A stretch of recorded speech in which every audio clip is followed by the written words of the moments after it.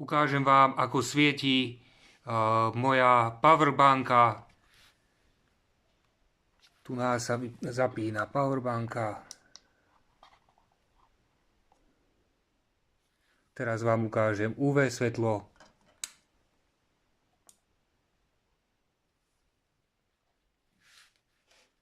A má to aj diaľkové na 6 diód, podľa toho, na ktorú stranu namierim, podľa toho sa zapne, takže teraz zapínam kryštále z hora, zapínam podmorský svet lampu z dola a môžem si meniť rôzne nastavenia farieb.